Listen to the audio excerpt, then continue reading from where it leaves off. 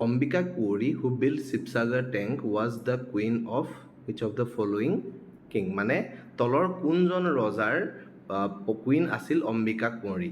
তো এই প্ৰশ্নটো গুৱাহাটী হাইকোৰ্টৰ জুনিয়ৰ এডমিনিষ্ট্ৰেটিভ এছিষ্টেণ্টৰ প্ৰিভিয়াছ ইয়েৰৰ এটা প্ৰশ্ন হয়। চ' এই প্ৰশ্নটোৰ আমাৰ অপশ্যনছত আছে ৰুদ্ৰসিংহ, শিৱসিংহ, গদাধৰ সিংহ আৰু লাচিত বৰফুকন।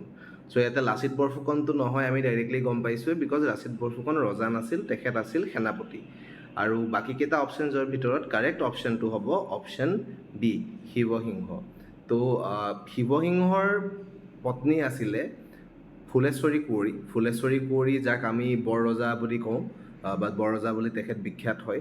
তো ফুলেশ্বৰী কুঁৱৰীৰ মৃত্যুৰ পাছত শিৱসিংহই তেওঁৰ ভনীয়েক দ্ৰৌপদীক বিয়া পাতিছিল। অম্বিকা কুঁৱৰীৰ যিটো অৰিজিনেল নাম বা ৰিয়েল নাম আছিলে দ্ৰৌপদী, সেই দ্ৰৌপদীৰ বিয়া হৈছিল শিৱসিংহৰ লগত, আৰু বিয়াৰ পাছত ফুলেশ্বৰী কুঁৱৰীৰ জেগাত তেখেতক বৰ ৰজা ডিক্লেয়াৰ কৰা হৈছিলে। আৰু এই অম্বিকা কুঁৱৰীৰ দিনতেই শিৱসাগৰৰ যি শিৱদৌল আৰু লগতে শিৱসাগৰ টেংক মানে শিৱসাগৰ পুখুৰী বনোৱা হৈছিল। ধন্যবাদ।